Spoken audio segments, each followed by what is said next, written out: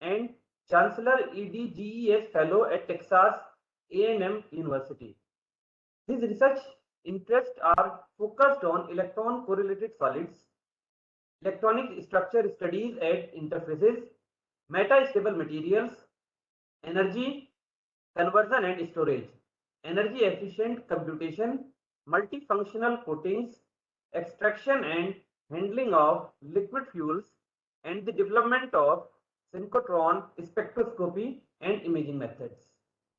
He is a graduate of St. Stephen's College, New Delhi, and PhD from State University of New York. He was a postdoctoral research scientist at Columbia University prior to starting his independent career at the State University of New York at Buffalo in 2007, where he was founded and served as the co-director of the New York State Center of Excellence in Materials Informatics. At SUNY Buffalo, he was promoted to the rank of Associate Professor in 2012, and in 2014, very young age, Professor Banerjee moved to Texas A&M University as a Professor of Chemistry and Material Science and Engineering. He was named Davidson Professor of Chemistry in 2018 and Davidson Chair in Science in 2020. His research accomplishments have been recognized by the National Science Foundation Career Award in 2009, the American Chemical Society ExxonMobil Solid State Chemistry Faculty Fellowship in 2010, the Cottrell Scholar Award from the Research Corporation for Science Advancement in 2011, the Minerals, Metals and Materials Society Young Leader Professional Development Award in 2013, and the Journal of Physical Chemistry Lectureship Award in 2013. In 2012, MIT Technology Review named Sarbajit to its global list of top 35 innovators under the age of 35 for the discovery of smart windows that are allowing the dramatic reductions of the energy utilization of buildings. He was named by the Institute of Minerals, Materials and Mining IOM3 as the recipient of the Roshan Medal and Prize in 2015.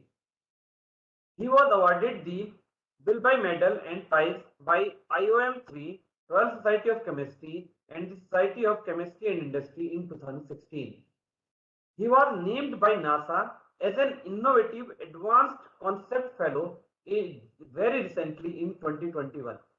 He was awarded the 2018 Robert S. High Award for Graduate Student Mentoring by the Texas Station of the American Physical Society, and the 2019 Undergraduate Research Mentoring Award by the College of Science at Texas A&M University. He has published over 200 research articles and holds 7 issued US patents and have been licensed to 3 companies. 2 startup companies, Demian LLC and Laminal, have merged from his research group. His work has been cited over 11,500 times and he has an H index of 54. He is the fellow of Royal Society of Chemistry and the Institute of Physics.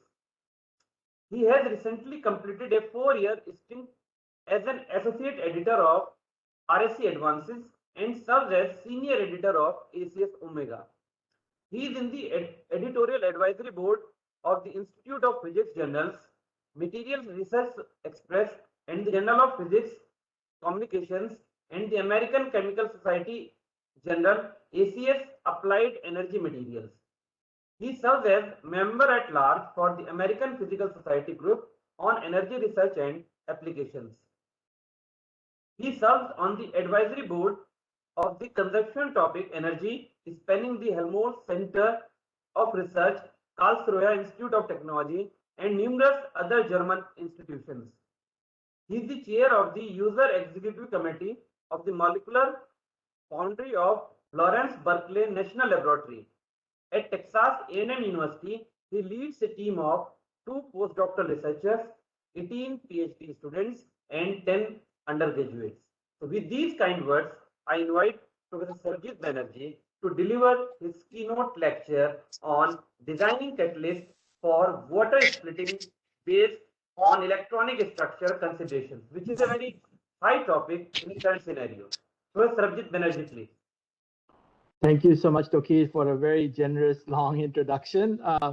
It is a real privilege to be able to speak to this audience today. It's a very diverse audience.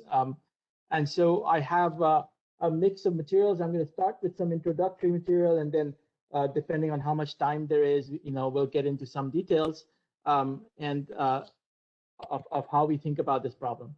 Okay, so let me start by acknowledging the people. So most of the work I'm going to talk about was funded by the National Science Foundation and Vanitech, and it was initiated by a grant from the Research Corporation for Science Advancement.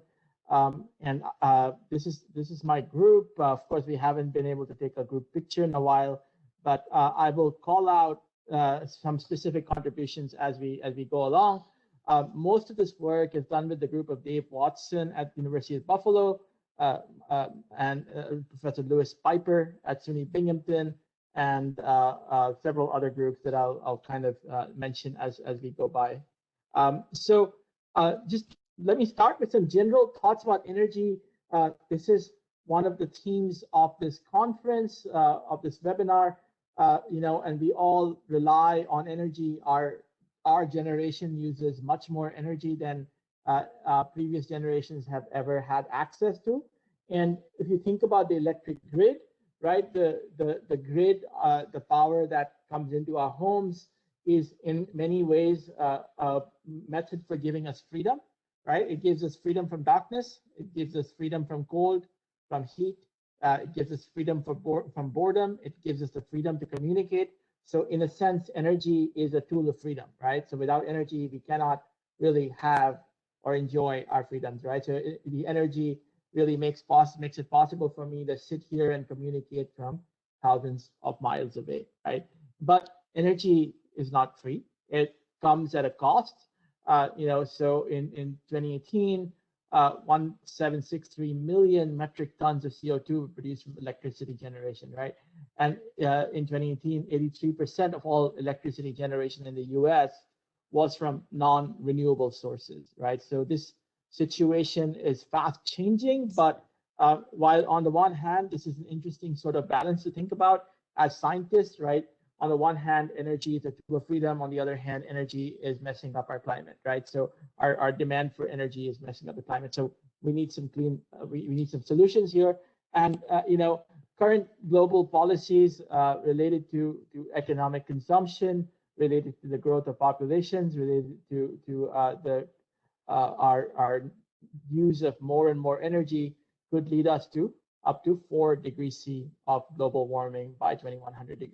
So this is a huge challenge that our generation, that the next few generations have to solve. So there's a lot of urgency to it, right? So it never has it been more important to be a scientist, right? So I think Jamia has this incredible tradition of training scientists, not just doing great research, but also training researchers who go and establish their own labs and teach science across every corner of India and across the world. And I think there's more of a need for that now than ever before, right? So we have to have a lot of emphasis on science if we're going to solve these issues, right? So less money on things like defense, more money on things like that will solve these crises, right? These massive crises that we face. And so part of the challenge, again, the Paris Climate Agreement wants us to, countries are committed to a 1.5 degrees. We're already at a 1 degree C warming of global temperatures. We've got a lot of things going on that is going to be impossible to turn the clock back on. So if we're going to limit global warming to 1.5 degrees, there's a lot of urgent technological innovation that is needed, right? So, okay, we have Dr. Sarma gave a beautiful talk thinking about solar energy and thinking about hybrid perovskites, and he's going to actually, he saved me a lot of introductory slides there. So there's a lot of excitement about solar taking off, wind taking off, and coal is clearly declining. So there's we are kind of in this mode of the energy transition. We're moving. This is sort of a once in a lifetime, once in a few hundred years event, where we are moving from a paradigm which is emphasize fossil fuels to clean energy, right? So hydropower, wind, and solar, right? And by 2050, renewables will be about 49% of all energy electricity generation, and hopefully we can get there sooner. But that's going to require policy interventions and a much stronger effort by the government. So solar is great and wind is great, but it comes with challenges. So with wind energy, you can see here there's some major issues. More than 54,000 wind turbines are installed in the U.S. We've had this massive increase from 2007 to 2017, but wind doesn't always work, right? When the wind is not blowing, it doesn't do very much good for us. Again, solar energy, the average price of solar panels has dropped nearly 50%, and the existing solar panels in the US have enough capacity to power millions of homes, and this number is constantly increasing. But again, you don't have solar at night, you don't have solar on cloudy days. Sometimes you've got multiple days, weeks of rain and clouds where the solar is not very effective, right? So what do we do here, right? So thinking about how our grid is going to change and designing for accommodating these green energy sources will mean that we're going to have to build in mechanisms for energy storage, right? So if you think about this is a nice plot from the U.S. Energy Information Administration.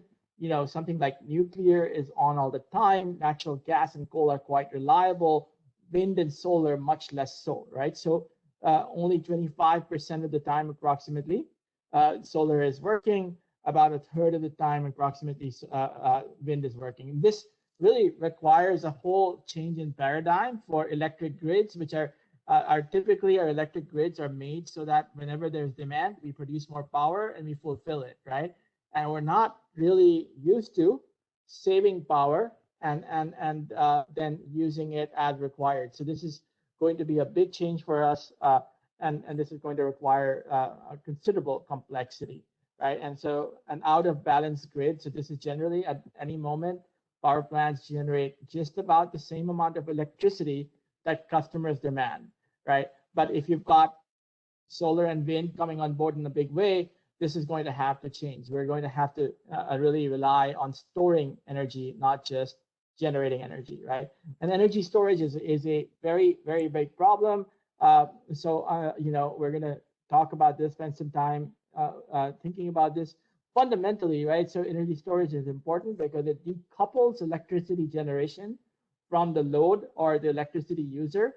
And so it makes it easier to regulate supply and demand, right? So if you've got a whole bunch of energy stored, you perhaps don't need as much capacity. You can rely on creating a lot of energy in the downtime and using it when there's peak load, right? So this makes it easier to to regulate supply and demand. And it allows also, this is a very important notion, the distributed energy storage, right? So you can have local grids, microgrids, and you can therefore improve energy security quite a bit. So that means that, the more interconnected grids are, a lot of times the more risk there is of entire grids collapsing, right? And we've seen that happen across the world several times. Multiple options for storage. I'm talking about two chemical options. There's lots of mechanical options like compressed air or pumped hydro, which you can also use. In the context of materials, we'll think about two, batteries and hydrogen. I'm going to spend most of today, right, given the theme of the webinar, focusing on hydrogen, and then I have two lectures and the rest of the week thinking about electrochemical energy storage and batteries. Okay, so, and again, energy storage, the need for energy storage is widespread. We need energy storage on the scale of the entire grid, and you see some, windmills here, and the windmills have to be connected to energy storage here. Also, every type of electromobility, all the way from electric cars to electric vehicles, to buses, to small portable, scooters. and all the way to electric airplanes, right? So there's a need for energy storage for all sorts of mobility, so that we can get rid of the liquid fuels that are contribute so much to CO2 emissions and SOx emissions and NOx emissions, and stop burning liquid fuels that are at the origin of climate change, right? So for energy storage, we have to worry about a lot of different issues. You know, how much power can you get? How much energy? What sort of safety? Sometimes you might think about portability if it's a mobility application. Understanding how to retain capacity over a long period of time, because generally, you know, you get pretty upset when your cell phone battery starts to die after about a year.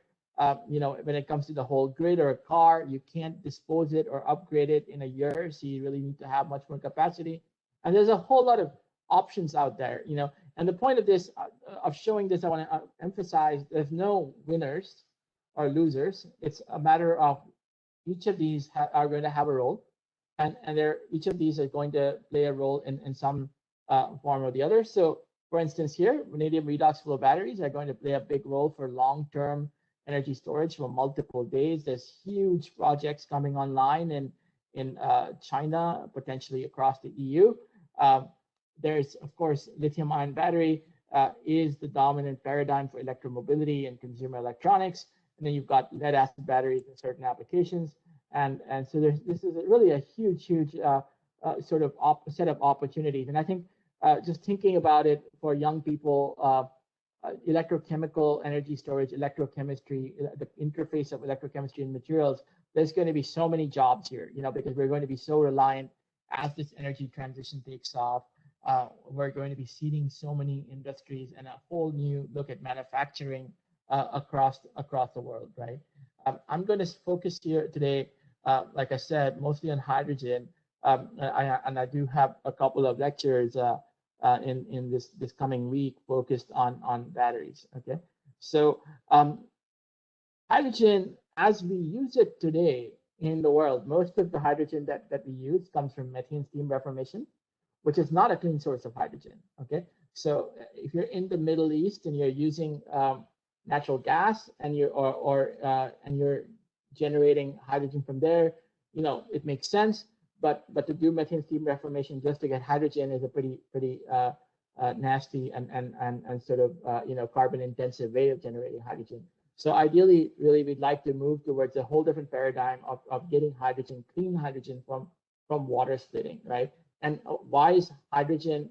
Why am I equating hydrogen to batteries? Because in a sense, it's just a chemical fuel, right? You can fill it in a tank and you can burn hydrogen, and this is sort of elementary chemistry. Hydrogen, when it burns in oxygen, gives you water, and so it's essentially unlike the fossil fuels. You can get energy out of this without generating carbon dioxide, right? And if you can generate hydrogen from water, and if you can do it using solar energy, which is a free and non-polluting source and a renewable source, that would be ideal, because that would really make a difference, because we could be essentially harvesting the solar energy, storing it in the form of hydrogen, right? So how do you do this? Well, the challenge with doing electrolysis, right? You can just take water and you can run a current through it and you can generate hydrogen and oxygen.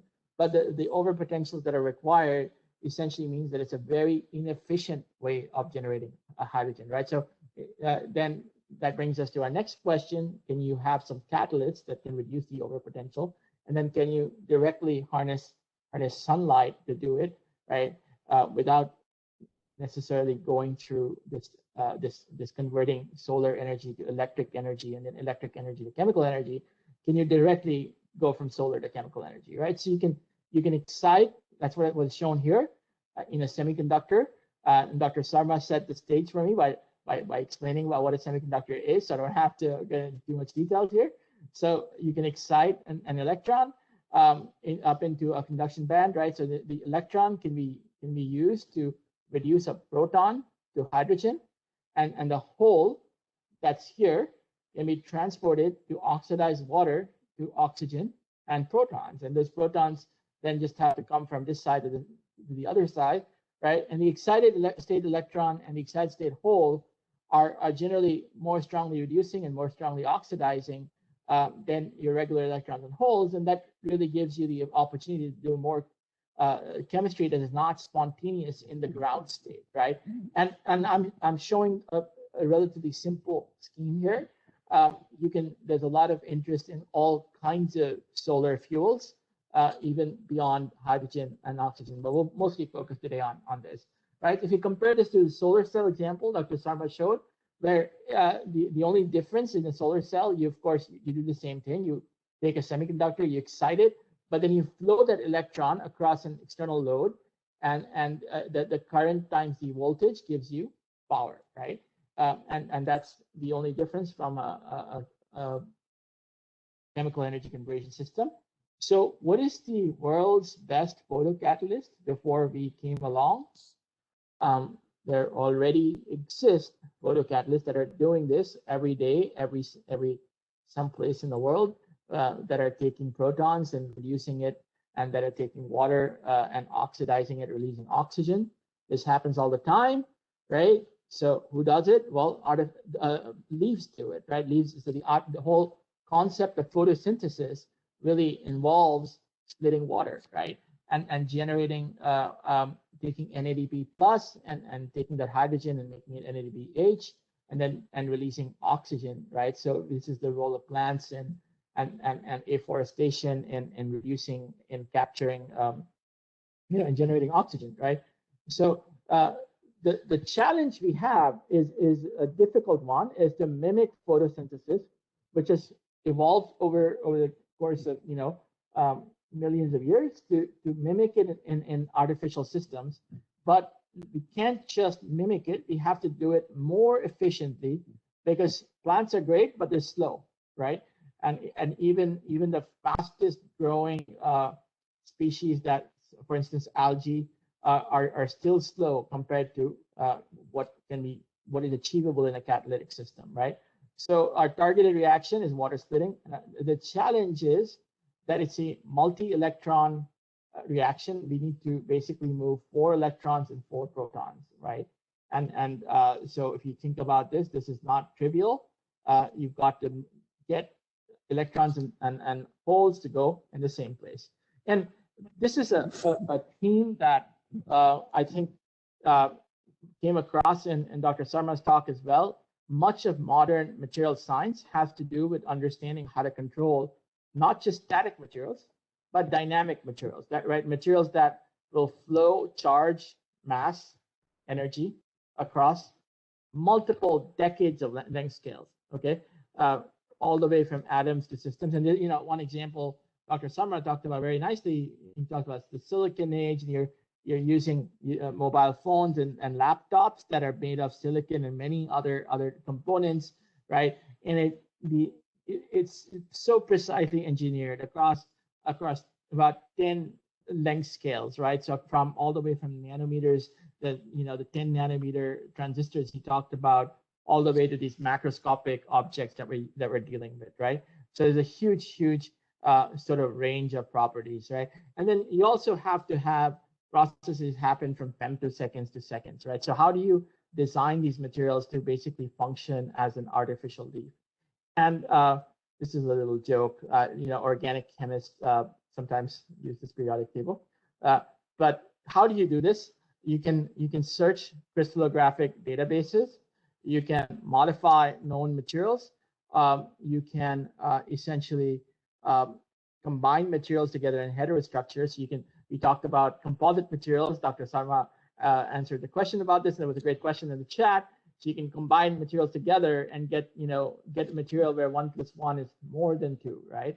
That's the whole purpose of this. Or you can make altogether new compounds. So it's just important to remember that when we think about the whole world of materials chemistry, if I just stand at a periodic table and if I throw 3 darts at it, if I just pick 3 random elements out of random, only 5% chance that you will land on a material that is known. There's 95% chance you will land on something that is not known, right? If I pick 4 elements, there's a 1% chance, less than 1% chance of landing on a known compound. So 99% chance you will land on a compound that is completely unknown, right? So, when we think about all these important challenges that need to be tackled, it's also important to understand that we haven't explored much of this world, right?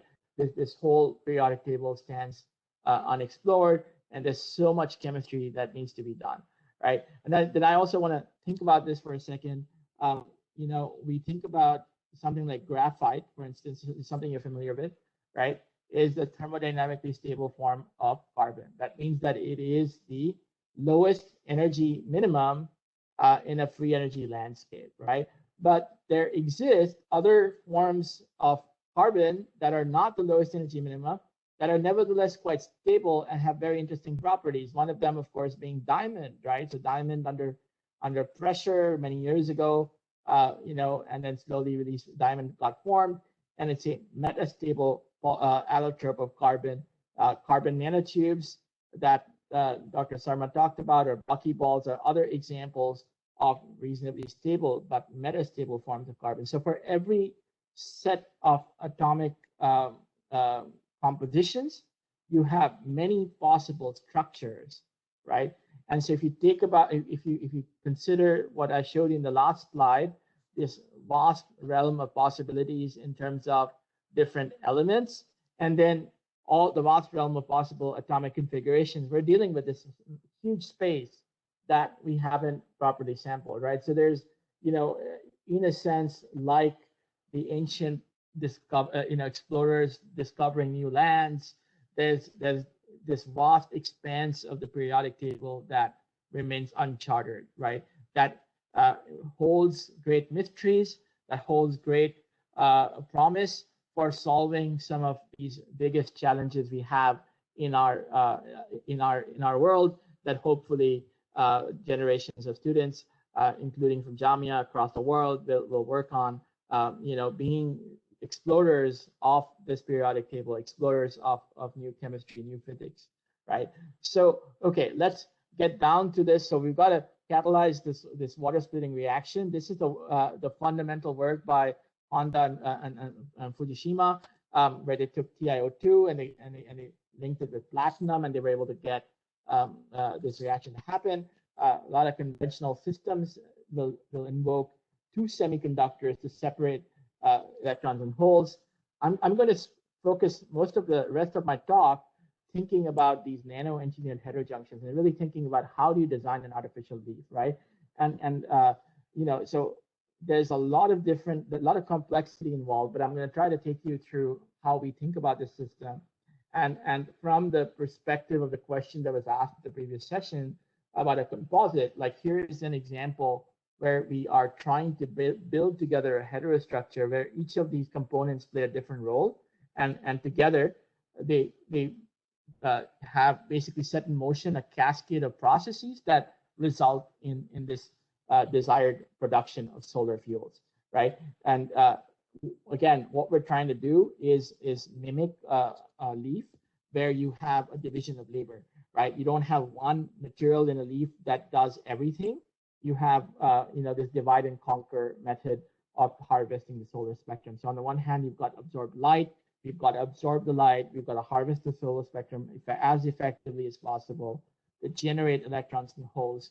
We've got to take, using a large traditional wide bandgap metal oxide semiconductor like TiO2 squanders a lot of available energy, and TiO2 does not have very good overlap with the solar spectrum, mostly just harvesting UV light. So we're going to have to solve a whole bunch of these applications, right? So we're basically we're trying to absorb light effectively. We're trying to separate charges, and then we're going to try to get these redox reactions to happen, the reduction reaction and the oxidation reaction, right? And so this is our goal. What we have in mind is a light harvester that is hooked up with a dark catalyst that does water oxidation by blowing a hole to it, and then a catalyst that does hydrogen evolution, right? So these essentially these little structures start to mimic artificial photosynthesis. So let me sort of dive down a little bit deeper into this, okay? So on the one hand, the first thing we need to do for photocatalysis, we need to harvest light, okay? That's the most important thing. So let's focus here on, Dr. Sarma also gave a great introduction to quantum dots, including, chalcogenide, more conventional quantum dots, as well as the new amazing perovskite halide quantum dots, right? And the point is, what is so great about quantum dots? Well, they've got very large oscillator strengths. That means they interact very strongly with light, very strongly light absorbing. They have size-dependent optical properties, like you saw. You saw some beautiful pictures here. I'm not going to dwell on that, right? So compared to dyes, they can have sort of multiple orders of magnitude stronger interaction and absorption. You can get multi-exciton generation. So for one photon of light, you can generate multiple electron hole pairs. You've got rich surface chemistry that you can use to tether it to different species, like we saw for TiO2, right? So this is the goal. And I'm going to spend not too much time thinking about this. We're going to use this as a primary light absorber, but there is a major challenge to quantum dots before I move on that I wanted to talk about. So quantum dots have been great in solar cells. Both chalcogenide quantum dots, as well as especially perovskite halide quantum dots, there's a major problem that we have to deal with if we want to use them in conventional photocatalysis, and that's the fact that they degrade in the water, right? So if you're going to use these to generate hydrogen and oxygen, they tend to be extremely unstable. And for quantum dots, the reason they're unstable is because they undergo photocorrosion, right? So they absorb light and then they photocorrode and then they fall apart. So one of the biggest challenges that I'll tell you about solving is how do you prevent photocorrosion of the quantum dots, okay? But before I get there, I just want to spend a little bit of time also thinking about this, about the future of chemistry, right? You know, the future of synthetic material science, future of chemistry. I think we're all used to, you know, if you ask, if you think about, you know, if I tell you to draw a chemist, most of you will draw a chemist, in, you know, wearing a lab coat and perhaps with beakers and such in hand.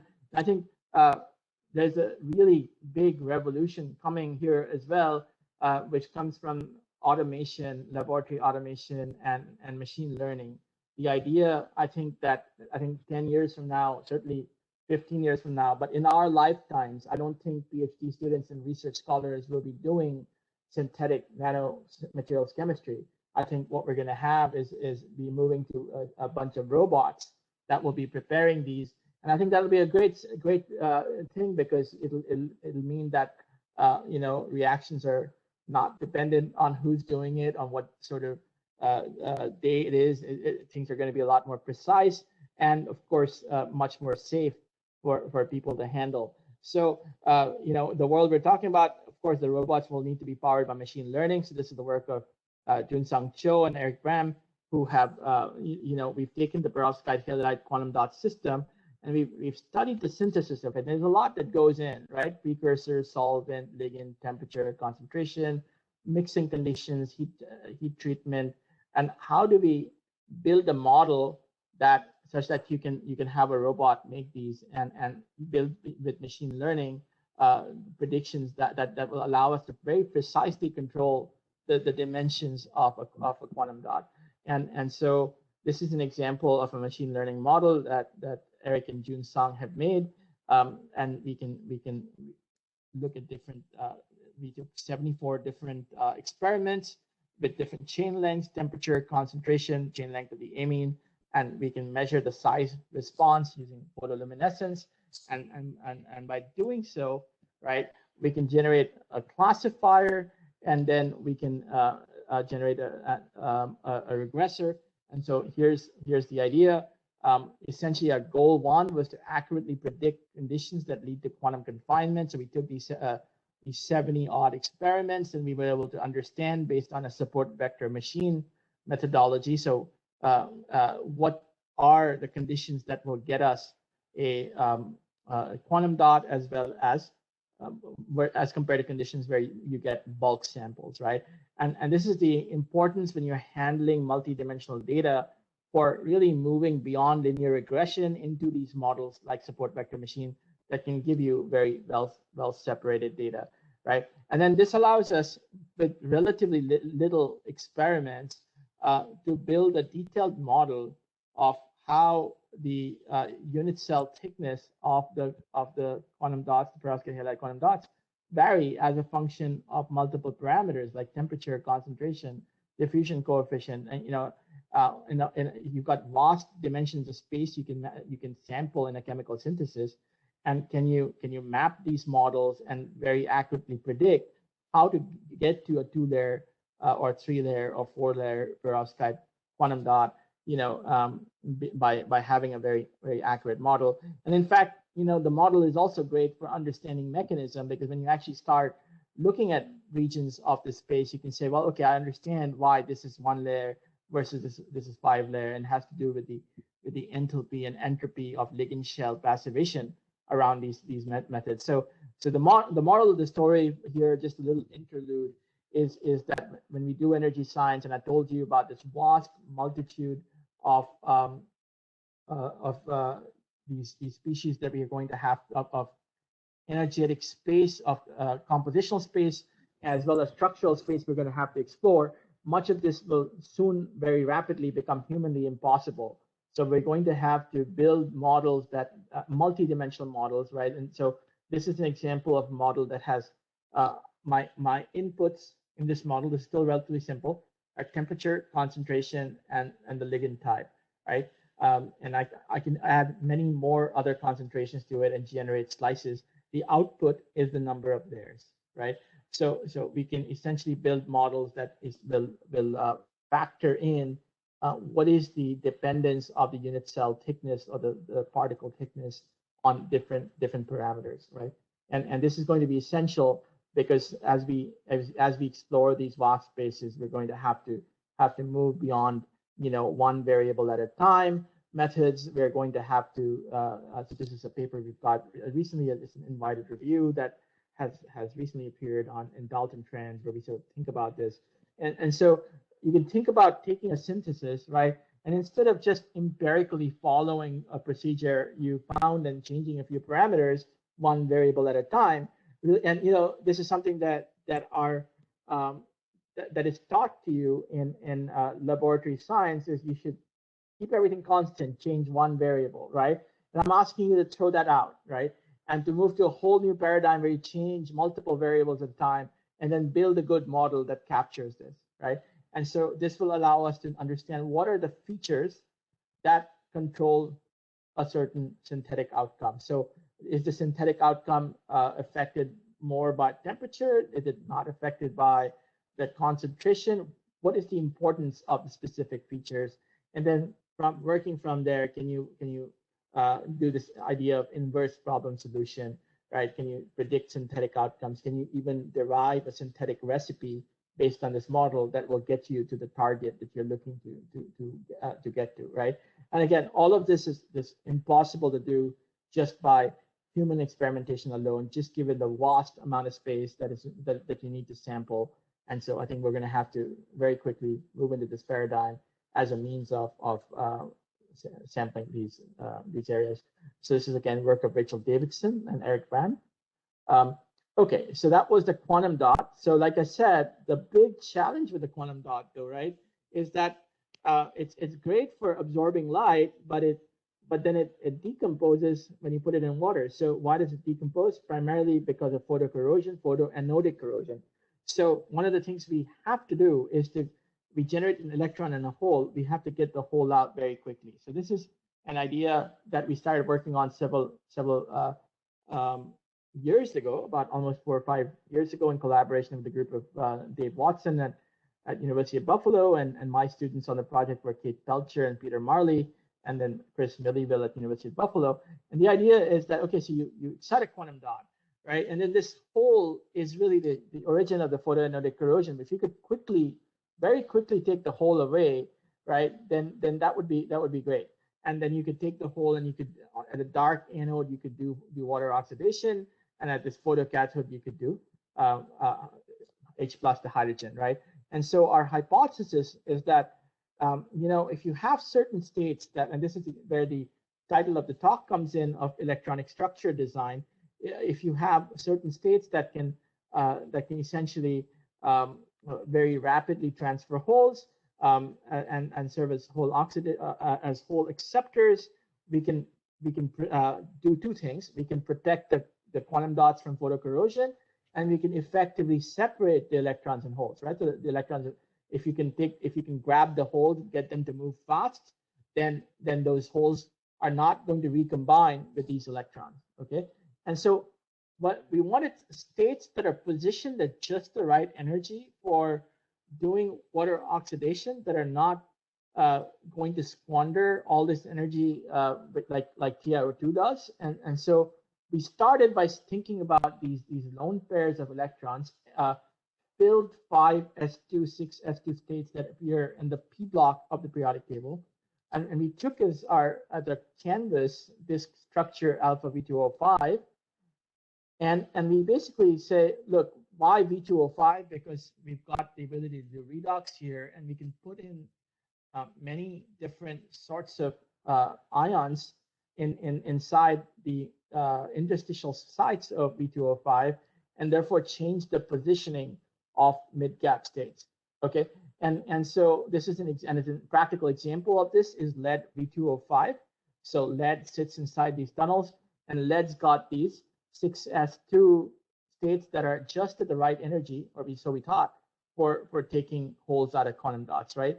And this is hard X-ray photoemission spectroscopy, where we actually see what these are. So turns out lead 6s hybridizes with oxygen 2p as well as lead 6p, and we get these bonding and anti-bonding configurations.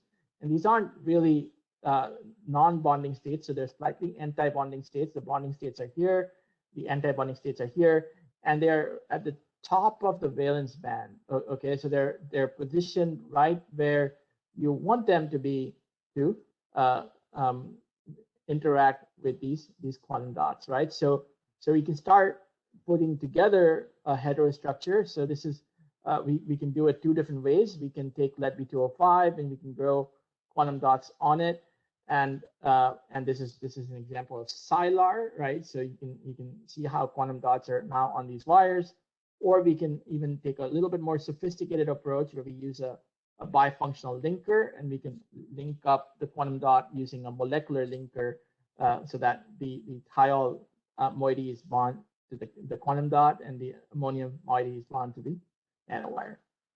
Okay, so our first attempt, and it fell a little short. So we did get very, very good overlap of lead 6s states with the valence band edge.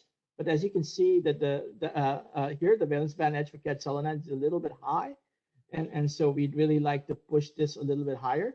And so another way of thinking about this is this system we picked is one where we can make a lot of alterations. And this is really how leaves evolved over hundreds of thousands of years, with little tweaks that allowed them to be more and more efficient, right? And I think a lot of the literature, if you take one material and you get frozen into it, it can be very hard to tweak all of the energies, the thermodynamics and the kinetics to get this to work. So one tweak that's actually shown here, if you actually move from CAD selenide to CAD sulfide, you do better in terms of overlap.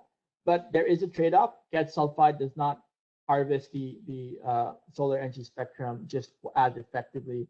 And so when we made these, this is an example of the sort of the overlap of the CAD selenide and lead V2O5 states.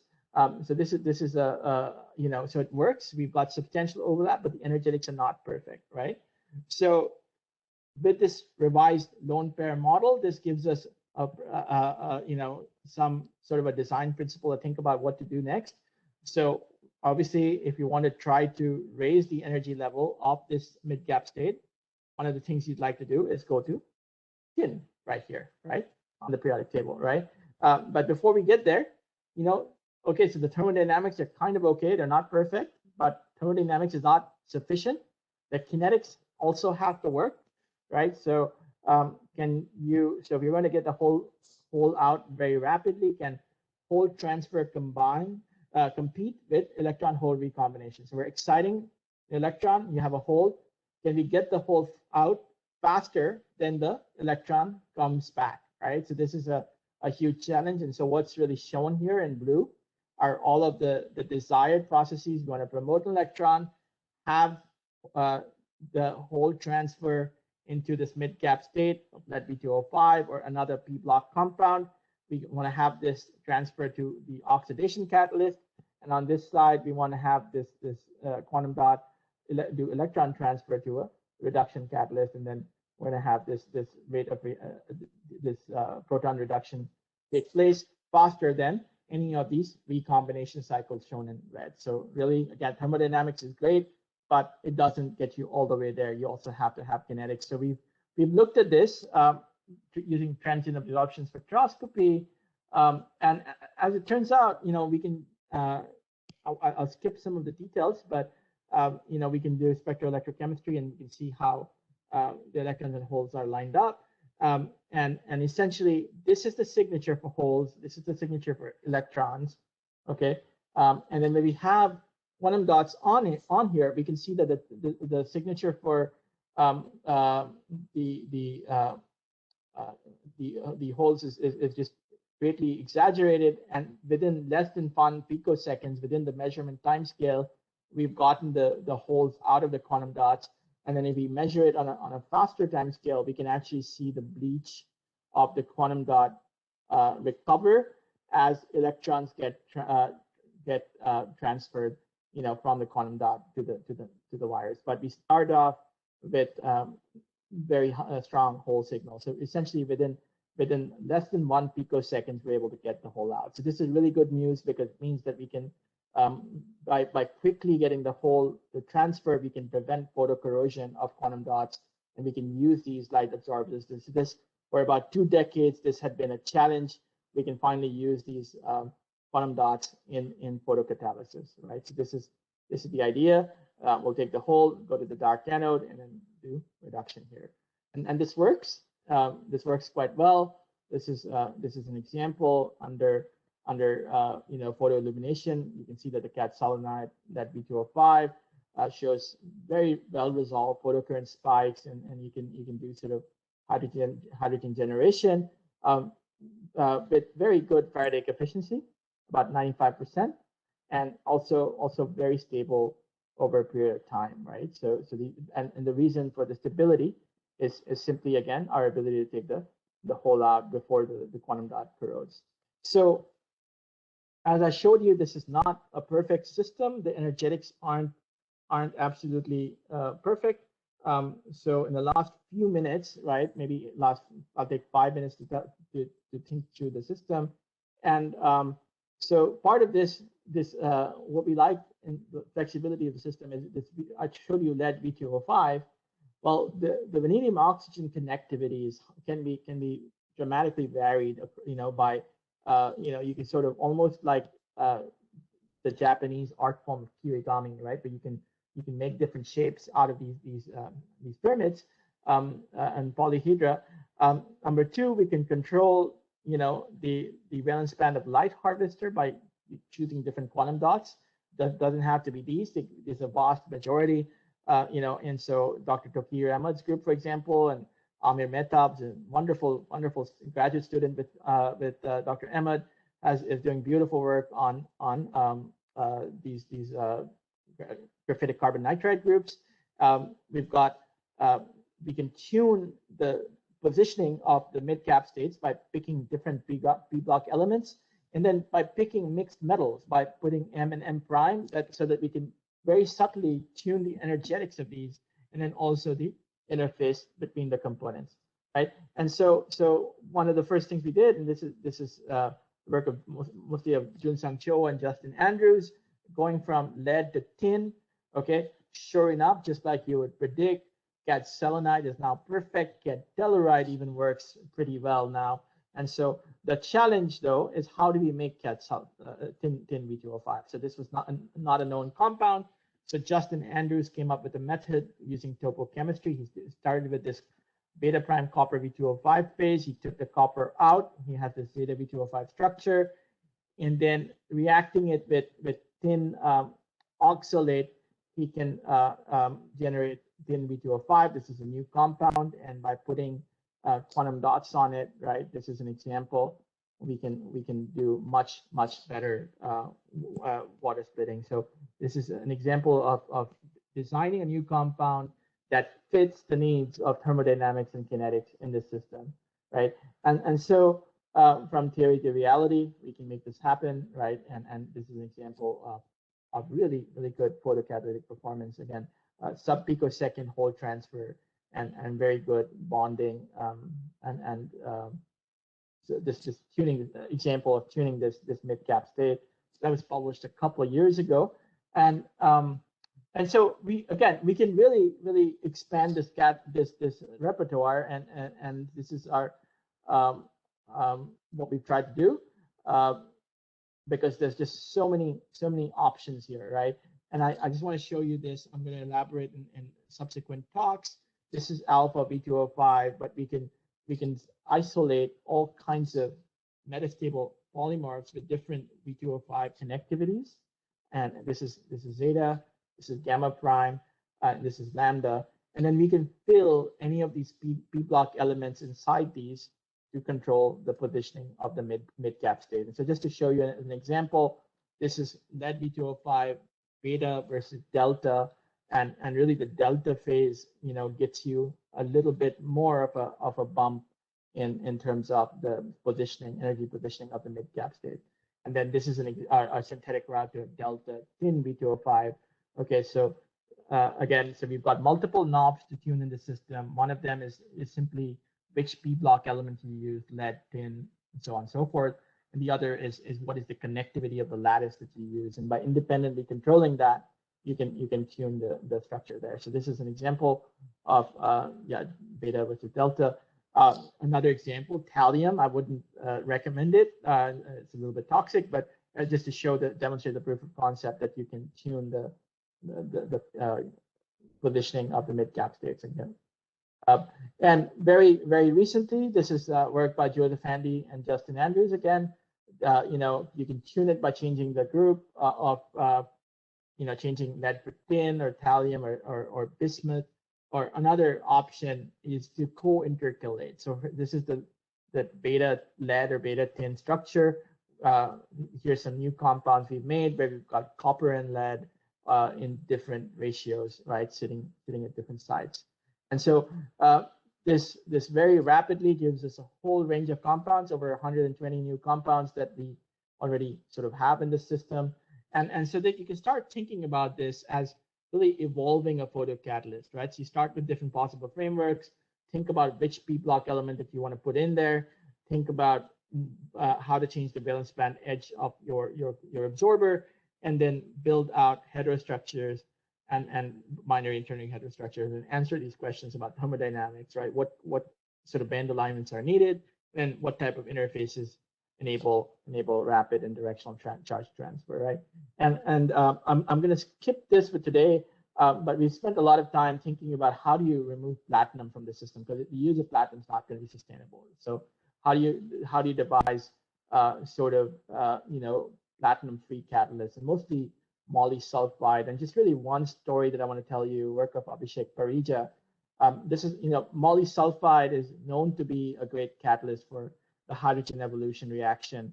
What Abhishek was able to do using a combination of X-ray microscopy is really figure out what sites in moly disulfide transition metal dichalcogenides are actually catalytic. So this is some work where he was able to show, based on the spectroscopic signatures he was able to detect in X-ray microscopy, we could essentially show that it's these corrugated edge sites that are the origin of catalytic activity. And this is exactly what it looks like. And these are the sites that correlate with having very high, very high catalytic activity that you can measure in an AGR reaction. Okay, and there's another signature for this site in sulfuric acid. So we've got two different spectroscopic probes. And so the idea is, well, you look at a catalyst that works, what are its spectroscopic signatures, and what happens when those spectroscopic signatures disappear? can you nail down what exactly are these sites? Okay, so I'm going to stop here, and really, happy to take any questions. So just to sort of summarize, the mid-cap states from these p-block cations can be precisely positioned to enable hole extraction that solves this long-standing problem we've had and enables the use of quantum dots to deliver, to harvest the solar spectrum, deliver holes, and this ultra-fast hole extraction gives us this composite that is able to very effectively harvest solar spectrum, do water oxidation, and really specific edge corrugation motifs in molybdenum sulfide have allowed us to design, increasingly more active catalysts for that are earth abundant and sort of precious metal free for hydrogen evolution. And really another thing that I want to sort of leave you with is this is a vast space to be sampled, and I think it's perhaps not going to be humanly possible. So we're going to need some sort of a human machine interface to deal with this. So thank you again for your patience and for listening to me, and I'm happy to take any questions.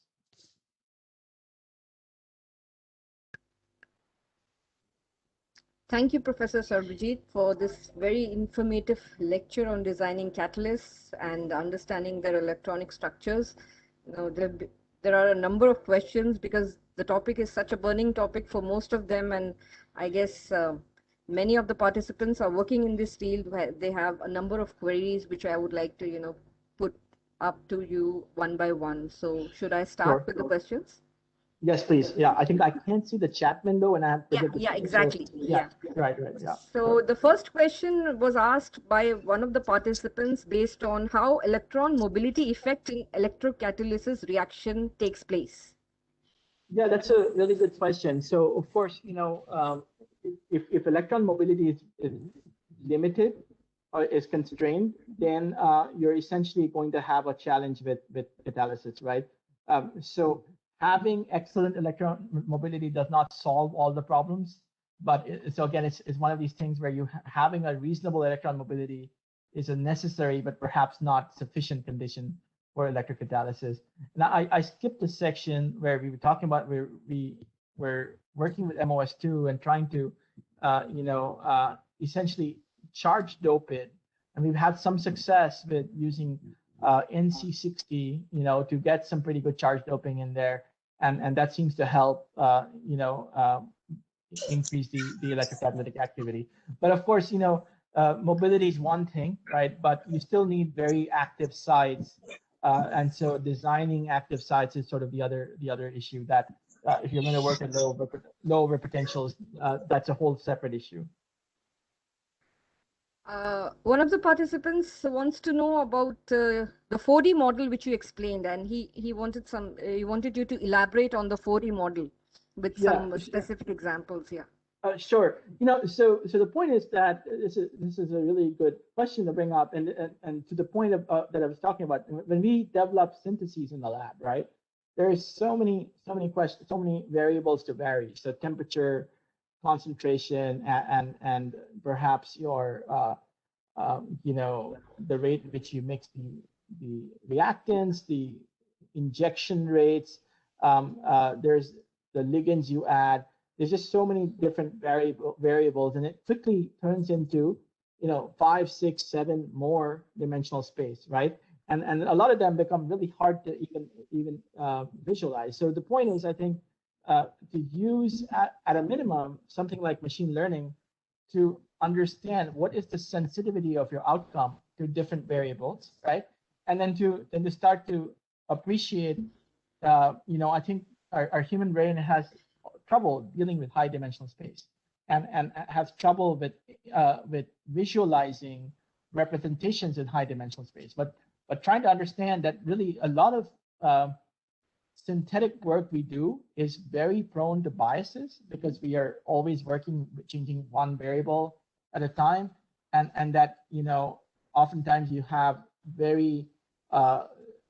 synthetic design spaces that are not neat at all. So how do you sort of go into this regime of high dimensional spaces and mapping these spaces to arrive at synthetic outcomes with much greater precision and accuracy than we currently do. Okay, so I think this is going to be very important. So the example I showed you was a relatively simple one. It had temperature, the type of ligand, which is captured in the form of the diffusion coefficient, and then it had the concentration, right? So it's three-dimensional inputs and one output, but you can quickly get much more complicated just even with this system. There's another interesting question based on quantum dots. They want to know that how so far quantum dots have proven beneficial in reality in case of water splitting. And the part 2 of the question is, which specific part of the periodic table is more exciting and beneficial for water splitting reaction to make quantum dots? Yeah, so so commercially quantum dots, the major challenge has been stability, right? So right now the commercial application of quantum dots is in television screens and such, where they're very well protected, and the biggest challenge to ultimately has been is the one we've solved in 2018, very recently, or really in 2019, is the idea of how do you protect them in water.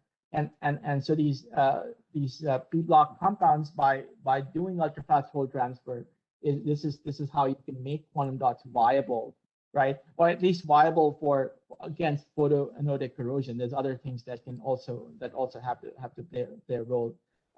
In terms of what part of the periodic table, I mean, we love our p-block transition metal oxides because we have a combination of the mid-cap state that we can tune, as well as the redox properties we need often to do catalysis. But light absorption comes across the periodic table, right? Depending on even in main block elements like carbon nitrides, you can have very tunable absorption, or you've got your 2 6s and 3 5s that do indium phosphide. There's a lot of interest in 3 5s because that's a relatively less toxic combination. So I think lots of different opportunities there, including earth abundant options that folks are working on. There are 2 questions based on vanadium pentoxide. One is that what is the difference between all the vanadium pentoxide structures and which is good in terms of photocatalysis? Right. So the vanadium oxide structure. So vanadium oxide has what is called the rich energy landscape, right? So I showed lots of examples of energy landscapes, and let me see if I can switch back to that. And so it's got a very rugged energy landscape, which means that there's many different forms of vanadium oxide, like you can see here. And this is the landscape I'm talking about. So local minima. So this image doesn't have axes on it.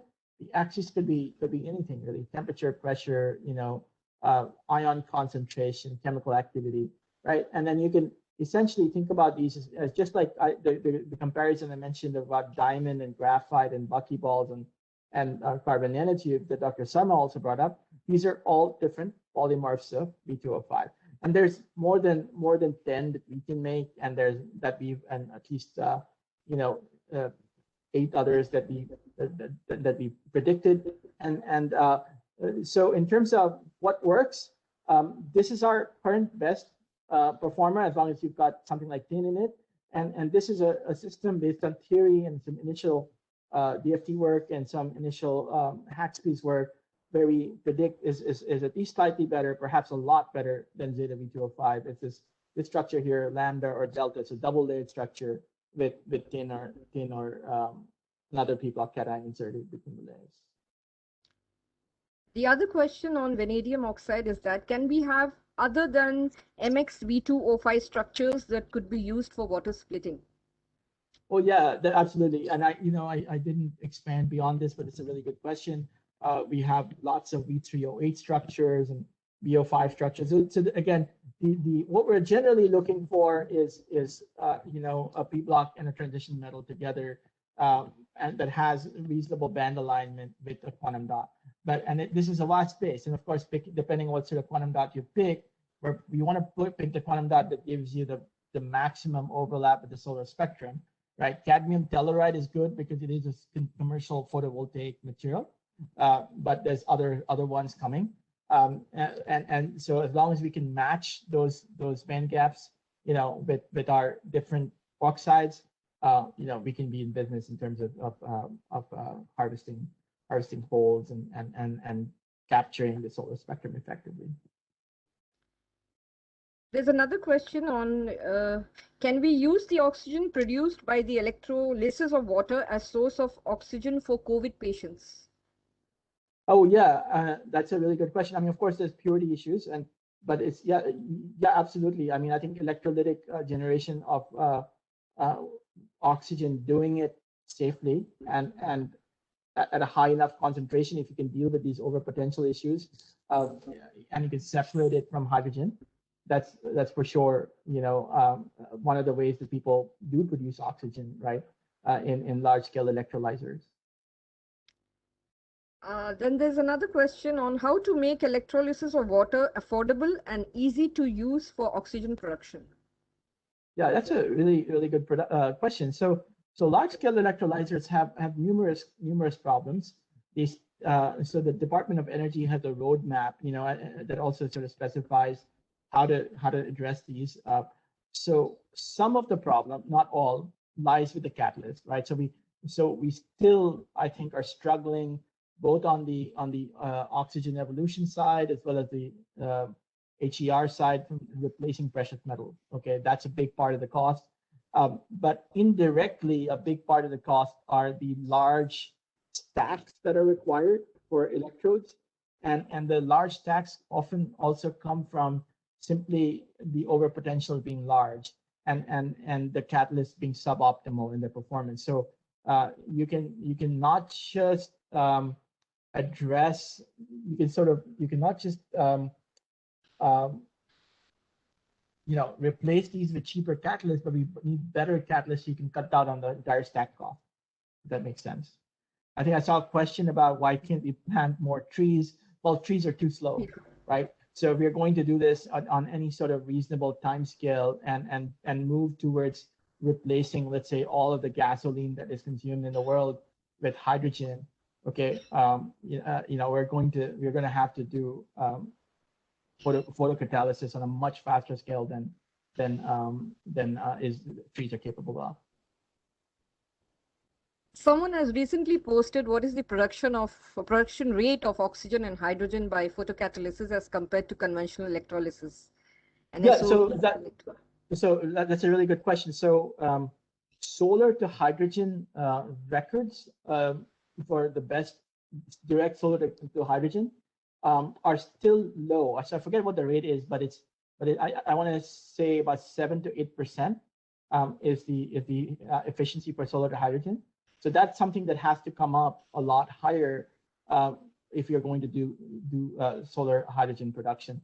Now, having said that, there's all sorts of, one of the things we've discovered, there's all sorts of reasons why people want to have hydrogen. For instance, on